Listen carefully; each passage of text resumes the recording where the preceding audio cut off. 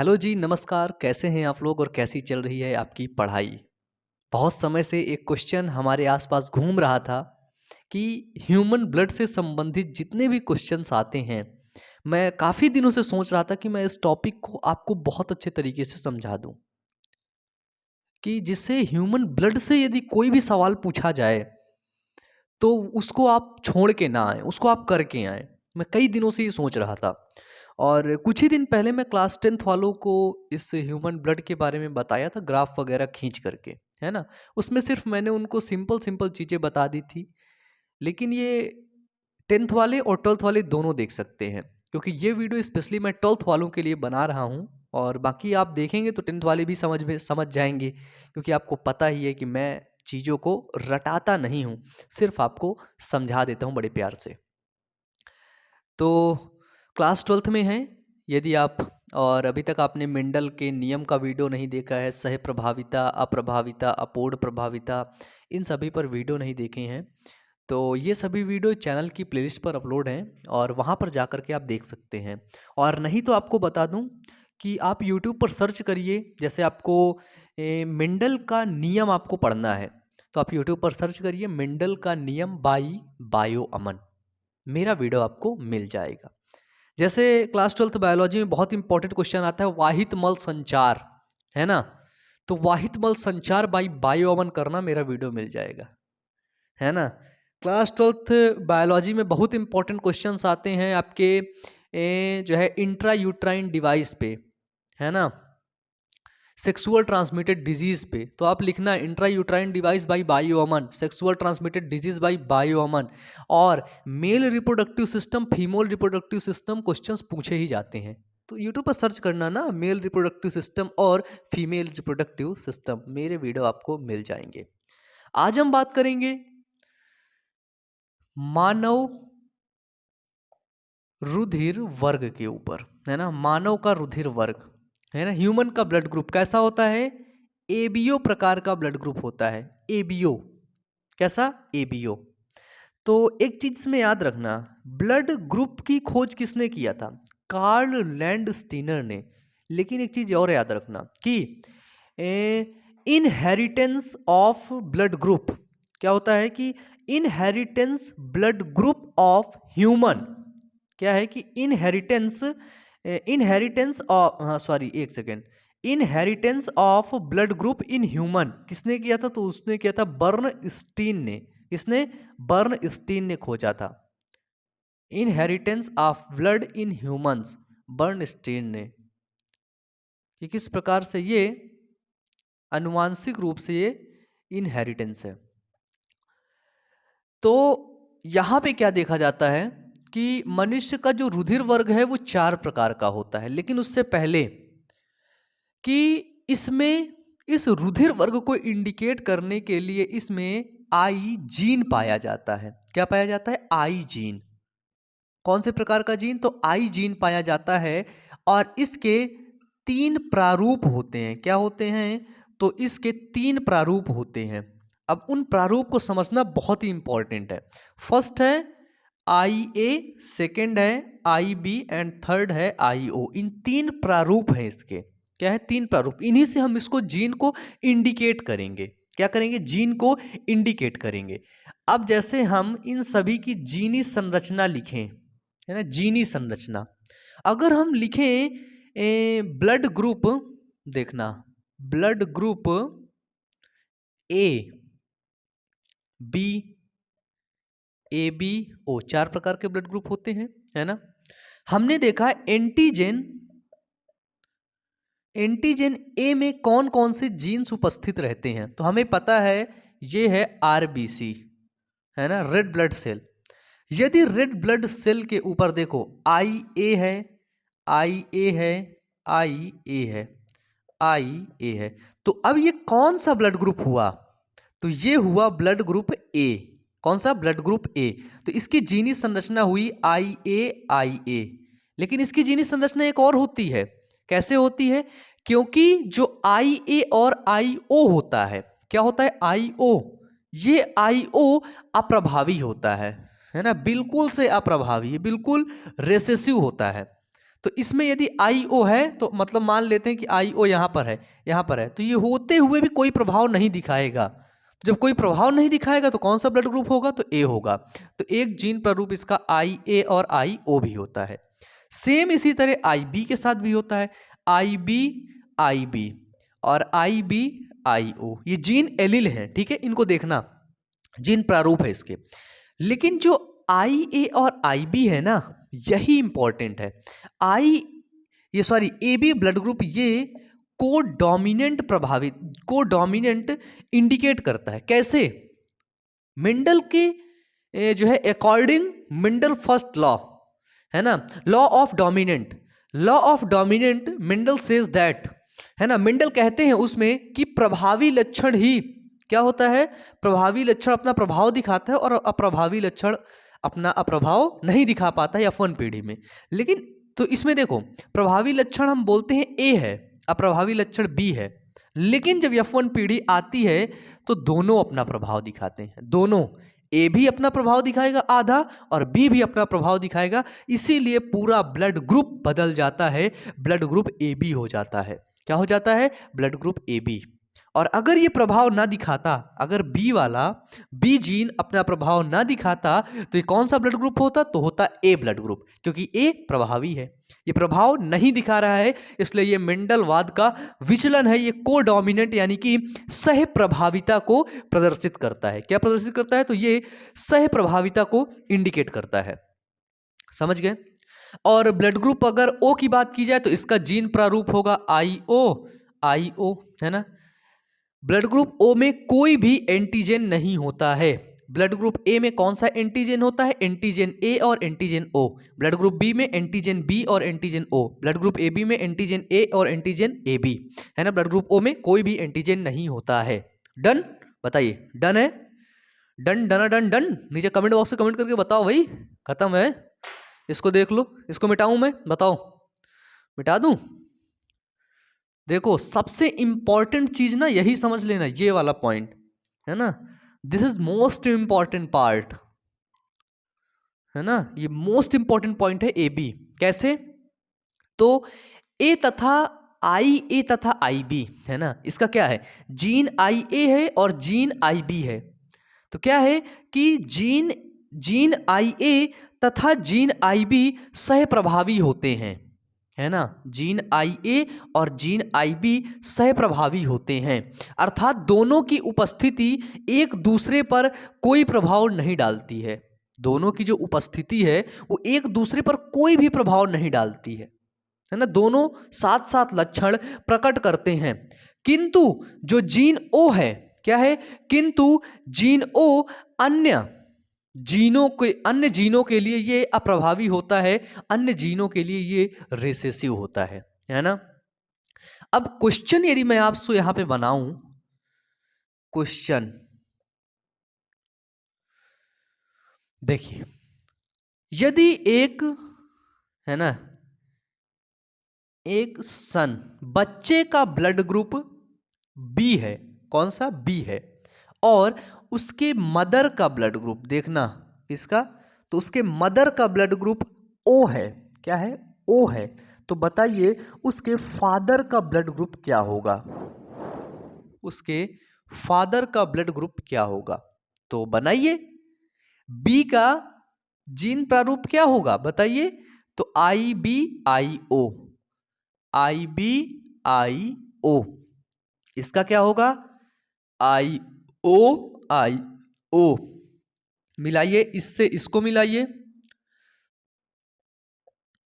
IBIO, फिर IBIO, फिर मिलाइए IOIO, फिर IOIO, यानी कि ये वाले 50%, ये 50%, है ना। 100% का आंकड़ा मानते हैं एक बार में, 25 25 25 25, है ना, 25 25 पे से 100%। तो यहाँ पे जो IB और IO है, ये कौन सा ब्लड ग्रुप शो कर रहा है बताइए? कमेंट बॉक्स में कमेंट करके बताइए कौन सा ब्लड ग्रुप शो कर रहा है? Right, B। और ये कौन सा ब्लड ग्रुप शो कर रहा है? O। तो उसके बाप का ब्लड ग्रुप, यानी कि उसके इस बच्चे के फादर का ब्लड ग्रुप क्या हो सकता है? या तो वो B होगा, या तो फिर वो ओ होगा। कैसा होगा? या तो बी होगा या तो ओ होगा। डन? बताइए, डन है ना? डन है तो जल्दी से वीडियो को लाइक कर दो, जल्दी से कर दो। दूसरा क्वेश्चन देखो। हाँ सॉरी, इसको मैं वो बताने वाला था। जैसे ये आप किरण आरेख नहीं खींच पाते हैं, डोंट वरी, परेशान होने की कोई बात नहीं। आप ऐसा एक जो है इसको बनाइए, इसमें 4 खन्ने कर दीजिए। ऊपर बी वाला लिख दीजिए आई बी, फिर आई ओ, फिर नीचे इधर लिख दीजिए आई ओ आई ओ। अब समझना, आई बी लिखो इधर, फिर क्या लिखो आई ओ, फिर इधर सीधे आपस में मिलाओ आई ओ, फिर मिलाओ आई बी आई ओ, फिर इससे इसको मिलाओ आई ओ। देखो सेम आया। ये है ब्लड ग्रुप बी और ये है ब्लड ग्रुप ओ। तो उसका जो है फादर कौन से ब्लड ग्रुप का होगा? या तो वो ब्लड ग्रुप बी वाला होगा या तो ब्लड ग्रुप ओ वाला होगा। डन? बताइए, कंफर्म है? कंफर्म है? आगे चलूं मैं? चलिए। बिल्कुल सिंपल है बाबू, बिल्कुल सिंपल है। और मुझे नहीं लगता कि इससे भी सिंपल और कहीं हो सकता है ना? जितना आप लोग इन सभी क्वेश्चन से डरते हो, ये सभी क्वेश्चन डरावने होते हैं बट इतने डिफिकल्ट होते नहीं हैं। ठीक है? कि आपको लगे कि ये भैया बहुत डिफिकल्ट होते। बहुत ऐसे कमेंट मेरे कमेंट बॉक्स में भरे थे, है ना, आए हुए थे। तो डिफिकल्ट नाम की कोई चीज़ नहीं है ना? और नेपोलियन, है ना, नेपोलियन की डायरी में एक वो लिखा था, नेपोलियन का एक कोट था कि नेपोलियन की डायरी में असंभव नाम का कोई शब्द है ही नहीं है। नेपोलियन बोनापार्ट, किसकी कहानी बता रहा हूँ? नेपोलियन बोनापार्ट की, है ना, जिसने आपकी जो है यूरोप में राष्ट्रवाद का एक बहुत बड़ी भूमिका निभाते हैं नेपोलियन बोनापार्ट, है ना।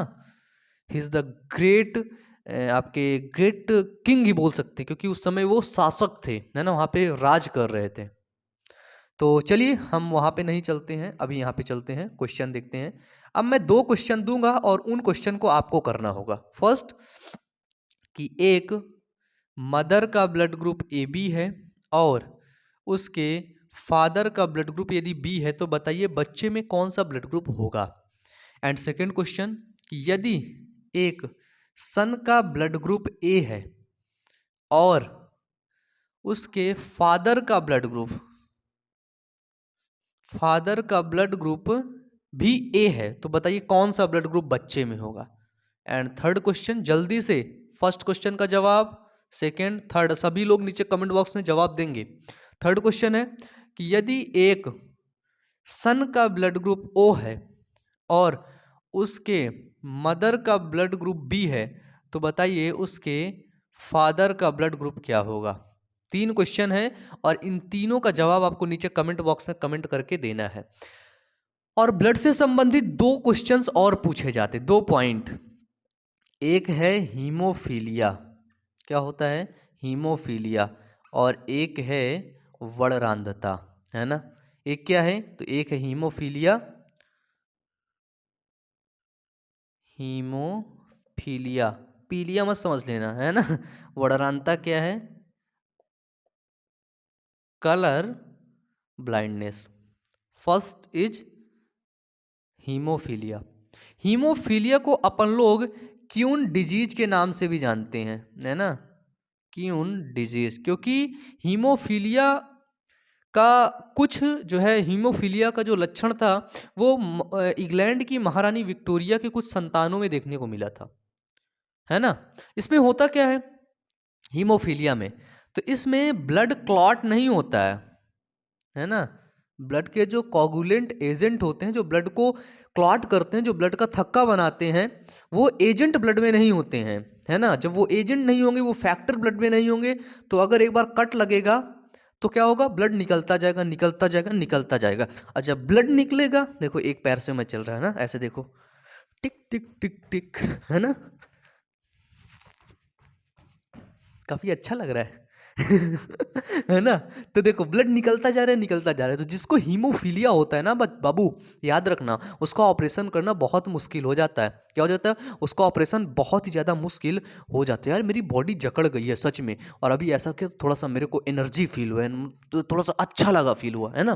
तो देखिए हीमोफीलिया, हीमोफीलिया और वर्णरांधता, ये दोनों लिंग संलग्न रोग हैं। क्या है ये? लिंग संलग्न रोग हैं। यानी कि ये लोग कैसे हैं? लिंग संलग्न रोग हैं। लिंग संलग्न लिंग गुणसूत्र पर ही उपस्थित होते हैं।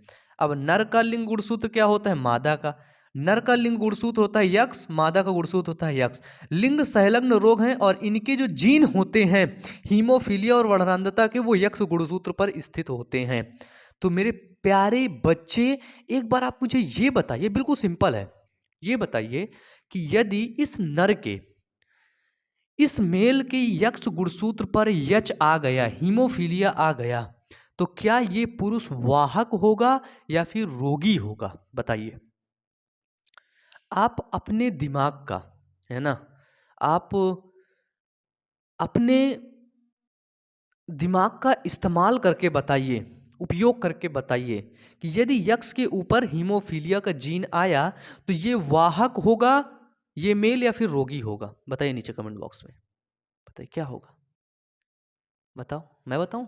ये रोगी होगा, क्योंकि यक्ष गुणसूत्र पर ही ये जीन रहता है। यक्ष में आया, रोगी बन गया। लेकिन यदि मादा के यक्ष एक यक्ष गुणसूत्र पर है, दूसरे पे नहीं है, तो ये मादा क्या है?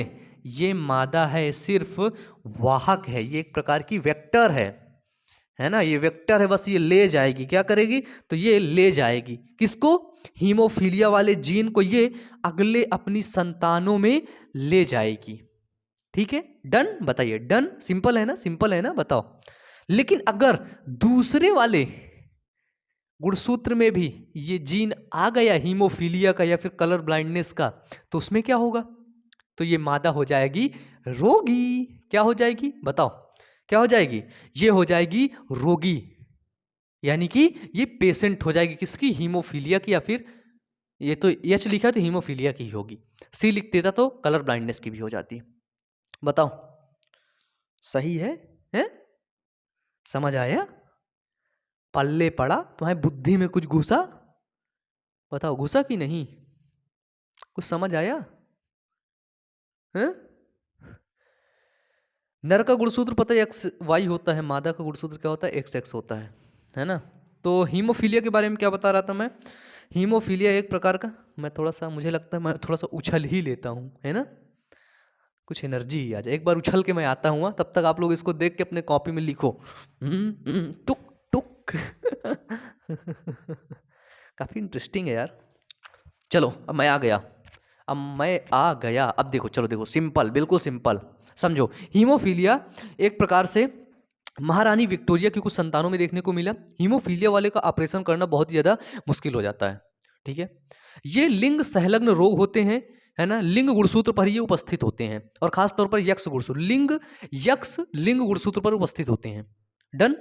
कलर ब्लाइंडनेस क्या होता है? कलर ब्लाइंडनेस को लाल हरा अंधापन भी बोलते हैं, इसको डाल्टोनिज्म भी बोलते हैं, है ना, इसको वर्णरांधता भी बोलते हैं। इसमें क्या होता है? इसमें लाल और हरे की पहचान व्यक्ति नहीं कर पाता है, और जब व्यक्ति लाल और हरे की पहचान नहीं कर पाएगा तो मैं उसको दिखाऊंगा लाल लाल, तो वो सोचेगा बे पता नहीं कौन सा कलर है। मैं उसको बोल रहा हूँ लाल लाल मतलब रोक दे भैया, गाड़ी अपनी रोक दे, और उसको समझ ही नहीं आ रहा, वो चलाए जा रहे, वो और स्पीड बढ़ा दिया, है ना।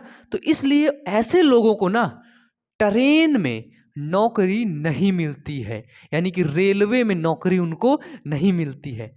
ट्रेन में सफ़र करने को मिलता है, ट्रेन में घूमने को मिलता है, बैठ के तुम घूम आओ, लेकिन सोचो कि रेलवे में तुम जॉब कर लो तो नहीं कर सकते। क्या नहीं कर सकते?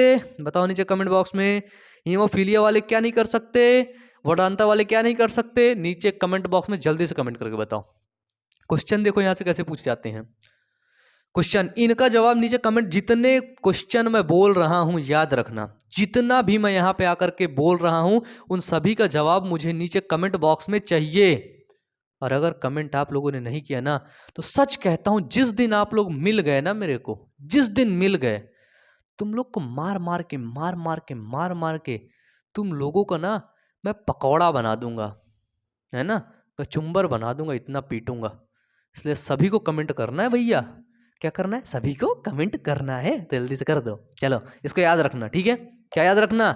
वाहक और रोगी ये जो बताया हूं ना मैं, मजाक मजाक में चीजें बताया हूं, और जो तुम भी मजाक में ले लिए ना तो मार कनपटी गाल लाल कर देबे, ठीक है। ये रियल बात बता रहा हूँ, मजाक मजाक में बहुत बड़ी बड़ी चीजें तुम लोग को सिखाता रहता हूँ, है ना। तुम लोग भी मजाक में खो मत जाना। मिट जा मिट जा मिट जा मिट जा मिट जा मिट जा। यार मिट ही नहीं रहा ये। चलो इसको मिटा देते फिर कुछ। अब देखो ये बताऊंगा नहीं, अब सिर्फ मैं आपको क्वेश्चन दूंगा, है ना। अब वहीं पे आपको समझाऊंगा।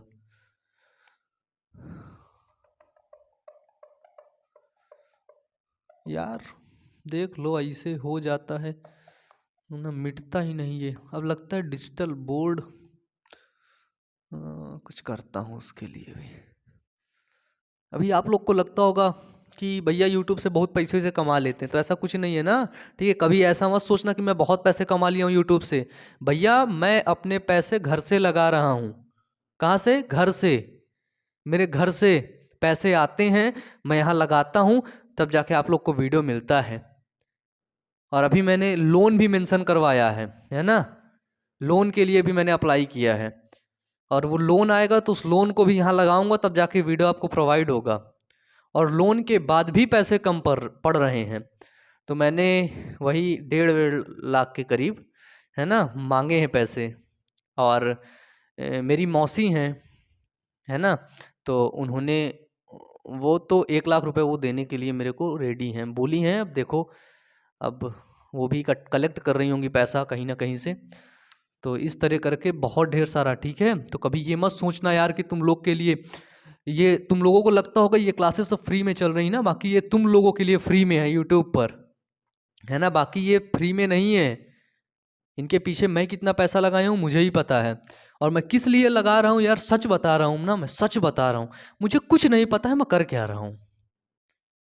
मेरे को पढ़ाने में बहुत अच्छा लग रहा है। मेरे को सब लोग बोल रहे हैं कि अबे तू क्या पढ़ा रहा है, क्या कर रहा है, जॉब की प्रिपरेशन कर, ये कर वो कर। लेकिन मैं लिटरली बता रहा हूँ, दिल से बता रहा हूँ यार, मैं पढ़ाने में इतना मेरे को अच्छा लगता है, इतना अच्छा लगता है। अभी मैं आपको टाइम दिखा दूँ, टाइम देख लो, देखो 2:40 हो रहे हैं। और ये बाबू ये दिन के नहीं है 2:40, ये रात के 2:40 है। कब के? रात के, है ना। और मैं आपको क्या दिखा सकता हूँ यहाँ पे, मेरा मोबाइल। अभी यहाँ पर कोई नहीं है ऑफिस में, है ना। मैं अकेले यहाँ पे वीडियो शूट कर रहा हूँ, है ना।